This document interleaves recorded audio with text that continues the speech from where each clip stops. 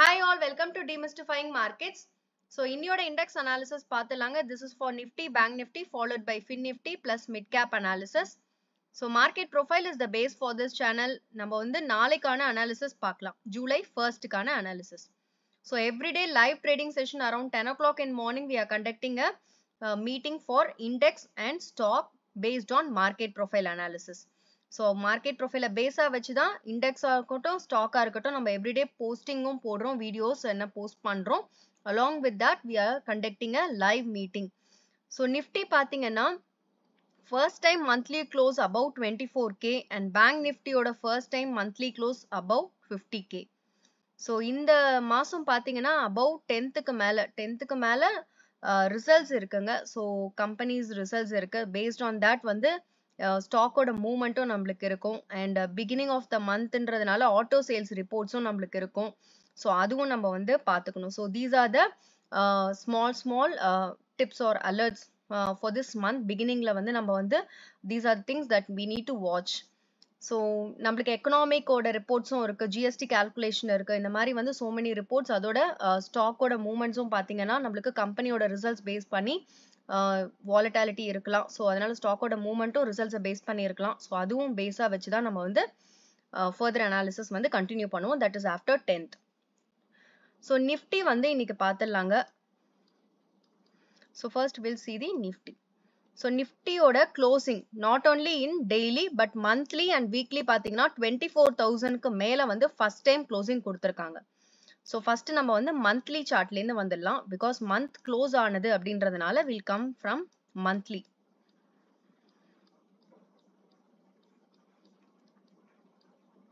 So மந்த்லியில் பார்த்தீங்கன்னா first time above 24,000க்கு க்ளோசிங் கொடுத்துருக்காங்க.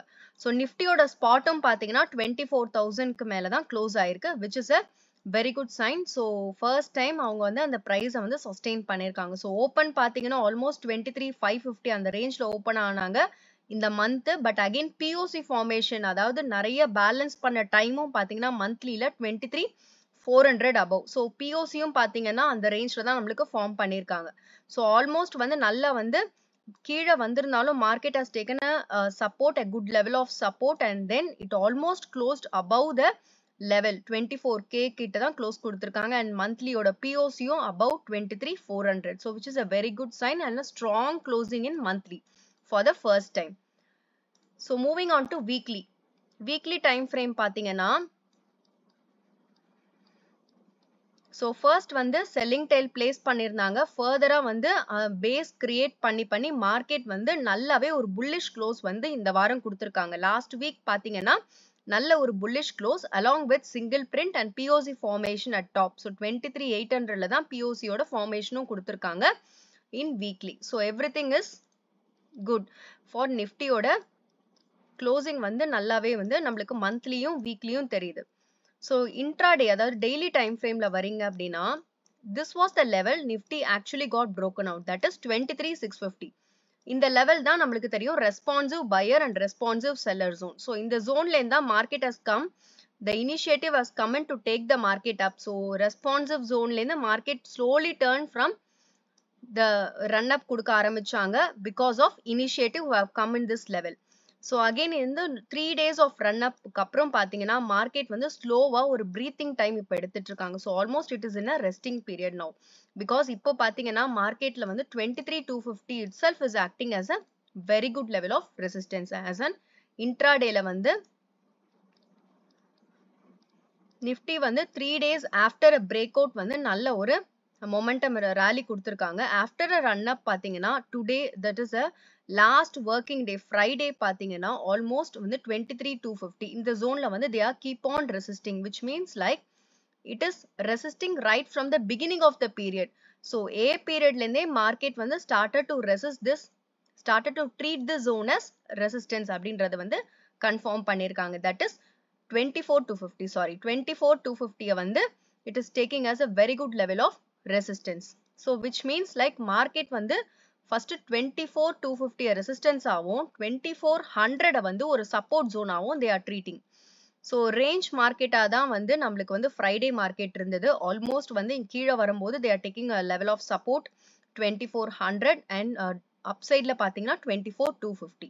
So 100ல இருந்து 150 பாயிண்ட்ஸ் வந்து 100 to 250 பாயிண்ட்ஸ் வந்து they are almost forming a range, which means no IB breakout. IB breakout நம்மளுக்கு நடக்கல. So further பாத்தீங்கன்னா வந்து range extensions நம்மளுக்கு அதனால கிடைக்கல, because we do have a strong level of resistance, not in a 1 period or 2 periods. கண்டினியூஸா நம்மளுக்கு வந்து அந்த இடத்த வந்து அவங்க ரெசிஸ்ட் பண்ணிட்டு இருக்காங்க. ஸோ கண்டினியூஸா ஒரு டேல அந்த ரெசிஸ்டன்ஸை மெயின்டைன் பண்ணிட்டே இருக்காங்க. Plus that resistance started from the initial point வந்து ஏ பீரியட்ல இருந்தே ஸ்டார்ட் பண்ணிருக்காங்க.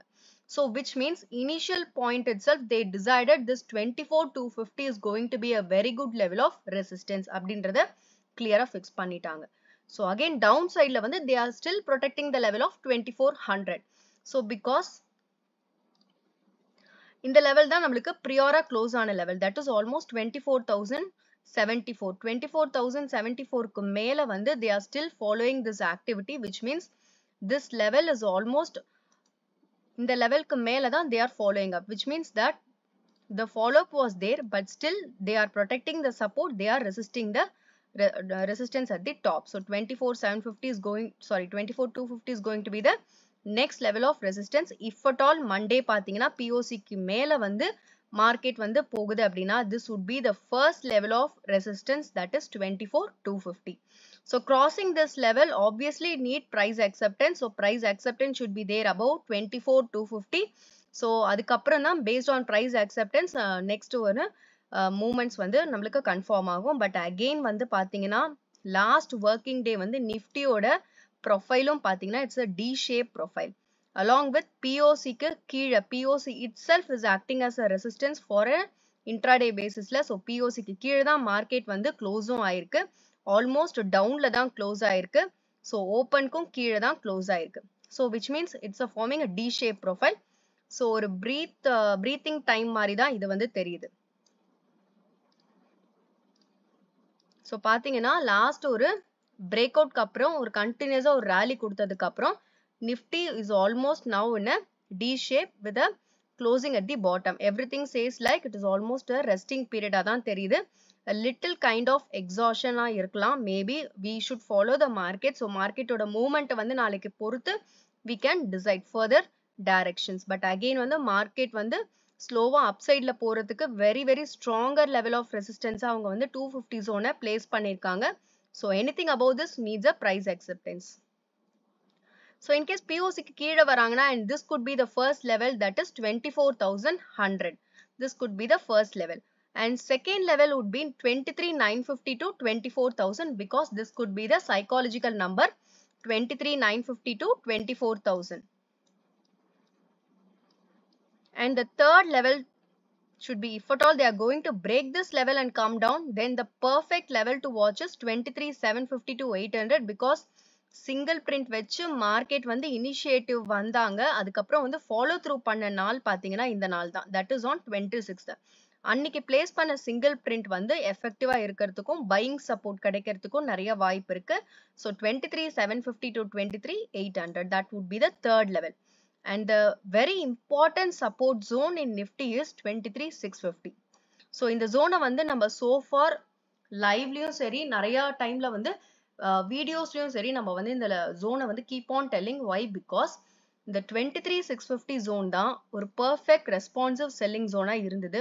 ஃபர்தரா what happen, they have broke this level through initiative, and the initiative activity followed for the next following days, and finally ஒரு நல்ல rally கொடுத்தாங்க Nifty. because of this strong resistance was broken by the initiative. So this resistance பாத்தீங்கன்னா again they have taken as reconfirm this level as support on the date of 26th. 26th பாத்தீங்கன்னா அந்த இடத்துல தான் அவங்க சப்போர்ட்டும் எடுத்திருக்காங்க.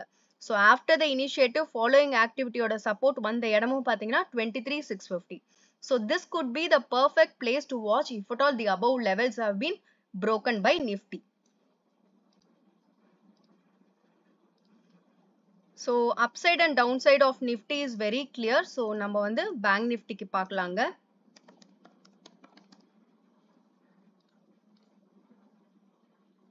So moving on to Bank Nifty. Nifty பாத்தீங்கன்னா நம்மளுக்கு வந்து IB breakout நடக்கல, and பாத்தீங்கன்னா ஒரு D-shape profile இருந்தது. So Bank Nifty பார்க்கும்போது இன்னும் ரொம்ப எவிடென்ட்டாவே நம்மளுக்கு தெரியுது. பேங்க் நிஃப்டி பாத்தீங்கன்னா after a break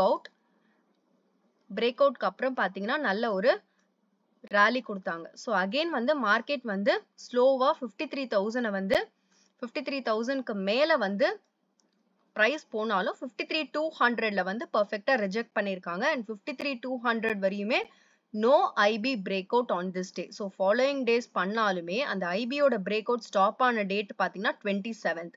So no IB breakout on the 27th. அதுக்கப்புறம் POCக்கு கீழே தான் closing ஃபார்ம் பண்ணிருக்காங்க. Next day, that is on last Friday வந்து market வந்து initially ஒரு POC rejection வந்து place பண்ணிருக்காங்க. And exactly it got rejected at the level of 53,000க்கு மேல வந்து price வந்து sustain ஆகல on the date of Friday. So Friday 28th June பாத்தீங்கன்னா 53,000க்கு மேல வந்து price sustain ஆக முடியல. And perfectly IB ஓட levels வந்து downல தான் break out ஆயிருக்கு. POC itself as rejection. The prior day POC itself is acting as a rejection for the next following day. So அதனால வந்து நம்மளுக்கு வந்து market வந்து 53,000க்கு மேல first வந்து போக முடியல. That is a kind of rejection. Plus POC வந்து நல்லாவே வந்து rejectionக்கும் யூஸ் பண்ணிருக்காங்க. அகைன் பாத்தீங்கன்னா IB ஓட டவுன் வந்து கன்ஃபார்ம் பண்ணிருக்காங்க. POCக்கு கீழே தான் மார்க்கெட்டோட க்ளோசிங்கும் இருக்கு. ஸோ ஆல்மோஸ்ட் வந்து மார்க்கெட்டோட க்ளோசிங் வந்து டாப்ல இல்ல பாட்டம்ல தான் இருக்கு. So which means it is almost it is giving like a kind of exhaustion in bank nifty. So நிஃப்டியை விட பாத்தீங்கன்னா பேங்க் நிஃப்டியை வந்து ரொம்ப வந்து தெளிவா ஓரளவுக்கு exhaustion வந்து மீன் பண்றாங்க. But again we need the market confirmation. That is very important on the that can be confirmed only through market activity by next day. So பாத்தீங்கன்னா நல்லாவே கீழே தான் க்ளோஸ் கொடுத்திருக்காங்க. And POCயும் acting as a resistance. So prior day வந்து simple prior day itself is acting as a resistance for bank nifty. If at all bank nifty வந்து மேல வரணும் அப்படின்னா இந்த டேவை வந்து அவங்க ஃபோக்கஸ் பண்ணணும். இந்த டேவை தாண்டி தான் bank niftyயோட price movement and acceptance இருந்தா மட்டும்தான் then bank nifty can go upside. Or else இந்த இடத்துல எங்க வேணா அவங்க rejection face பண்ணலாம். So this is a perfect day to watch because no IB broken. On the next following day what happened? They are perfectly breaking the IB on the downside. So downsideல தான் வந்து IB break பண்றாங்க. So this is a perfect day to watch. If at all bank nifty வந்து மேல வருது அப்படின்னா this could be the first level 53,200. இந்த லெவலுக்கு மேல ஒரு price acceptance is definitely required. And if at all market வந்து இந்த லெவல்ல வந்து sustain ஆகி upside போகிறதுக்கு. ஸோ இப்போ வந்து பேங்க் நிஃப்டியில் வந்து ரொம்பவே டி ஷேப் அண்ட் நல்ல ஒரு லெவல் ஆஃப் எக்ஸாஷனும் தெரியுது. If at all market is going to continue this level and come down this could be the first level that is 52,400 because இந்த லெவலில் தான் market has taken support on the last working day. But அந்த சப்போர்ட்டும் பார்த்தீங்கன்னா it's not a major support, almost a kind of support because நம்மளுக்கு இன்னும் further periods develop ஆக முடியல பிகாஸ் ஆன் தி க்ளோஷர் டைம்ல இருந்ததுனால. But this can also act. But நம்ம வந்து 52,400க்கு மேல எங்கேயா சப்போர்ட் இருக்கா அப்படின்றத கன்ஃபார்ம் பண்ணலாம். அகெயின் த ஃபர்ஸ்ட் சப்போர்ட் ரொம்ப இம்பார்ட்டன்டான ஒரு சப்போர்ட்னு பார்த்தீங்கன்னா 52,300 because that was the day the immediate following day after the single print பார்த்தீங்கன்னா இந்த இடத்துல தான் சப்போர்ட் எடுத்தாங்க. So this could be the next level of check பாயிண்டா இருக்கலாம் 52,300. And the next following support, the important support is 52,000 to 52,100. So இது வந்து நம்மளுக்கு ஒரு breakout day ஓட confirmation. So nifty bank nifty வந்து ஒரு breakoutல இருந்து வெளியில வந்து அந்த single print form பண்ண நாள். So அந்த single print could act as a very good level of buying support இருக்கிறதுக்கும் வாய்ப்பு இருக்கு. So 52,000ல இருந்து 52,100. So and on the breakout range பாத்தீங்கன்னா 51,800 to 900 அந்த zone தான் வந்து perfect breakout நடந்திடும். That could be the last level of support provided if all the support on the above side have been broken.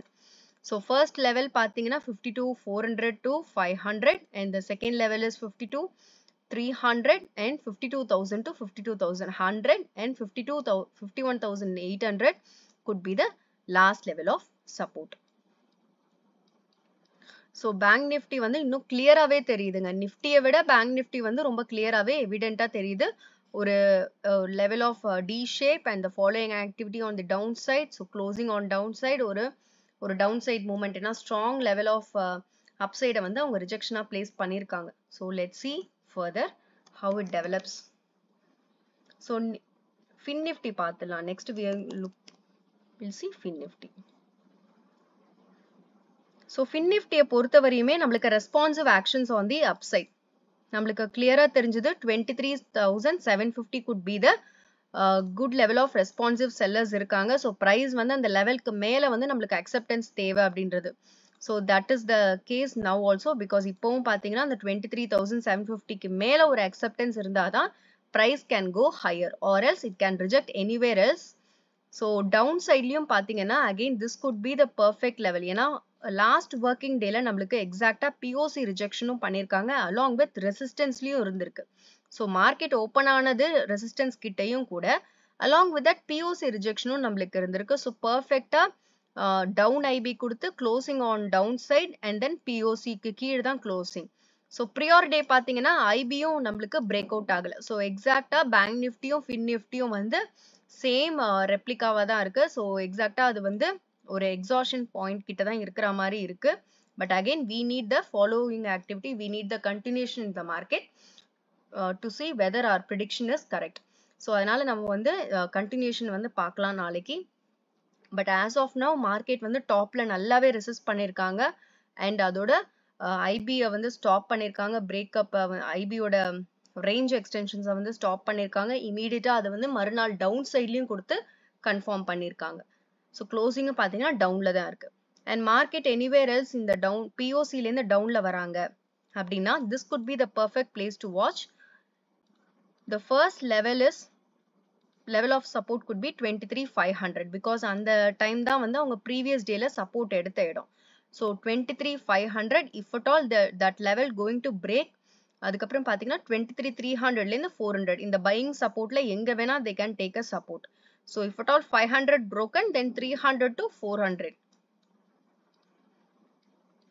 Then இந்த buying சப்போர்ட்டும் அவங்களுக்கு வந்து இந்த buying single பிரிண்ட்டும் அவங்க வந்து பிரேக் பண்றாங்க ஃபர்தரா அப்படின்னாங்கன்னா then 23,150 இந்த ஜோன் வந்து ரொம்ப இம்பார்ட்டன்டான ஒரு ஜோன். ஏன் நான் சொல்றேன்னா இது டோட்டலாவே ஒரு ரெஸ்பான்சிவ் ஆக்ஷன்ஸ் உள்ள ஒரு ஜோன். இது வந்து ரெஸ்பான்சிவ் செல்லரோட ஜோன். லாஸ்ட் ஃபியூ டேஸா வந்து இந்த ஜோன்குள்ள எங்க வேணா அவங்க ரெசிஸ்ட் ஆயிட்டு இருந்தாங்க. So this zone can act as a next level of support if at all this buying single print breaks. So 23,000லேருந்து 23,150 வரையும் they can take a support anywhere else.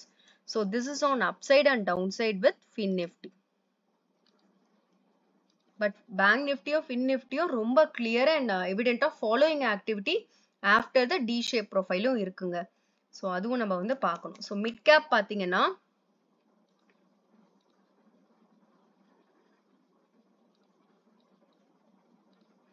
So mid கேப்பை பொறுத்தவரையும் அண்ட் 12,400 அகெயின் அது வந்து responsive செல்லரோட zone.